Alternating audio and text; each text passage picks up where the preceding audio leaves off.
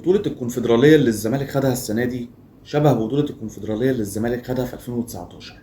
لو بصينا مع بعض على ماتش الزمالك وارتا سولار اللي اتلعب السنة دي، هتلاقي ان ارتا سولار كان كسبان في ماتش الذهاب 2-0، وفي مباراة العودة بيسجل هدف عشان تبقى النتيجة 3-0 بمجموع الماتشين، وبيصعب المهمة على الزمالك، وبيبقى الزمالك مطالب بتسجيل 4 أهداف. في الشوط الثاني الزمالك بيسجل الأربع أهداف وبتنتهي المباراة وبيصعد، وكانت مفاجأة بصراحة. نرجع بقى ل 2019، الزمالك بيخسر من جورماهيا الكيني في ملعبهم 4-2، وكله قالك الزمالك خلاص خرج بره البطولة، بس مش عشان الماتش ده، لا، الزمالك اتعادل برضه مع نصر حسين داي، وكان خسران 1-0 من بترو اتلتيكو لحد تقريبا اخر دقيقة في الماتش عشان اوباما يجي ويسجل هدف التعادل ويرجع الامل تاني للزمالك. ودي كانت بداية الفوقان للزمالك. الزمالك بيكسب بترو اتلتيكو بعدها على ملعبه 1-0، وبيكسب جورماهيا الكيني 4-0، وبيتعادل مع نصر حسين داي.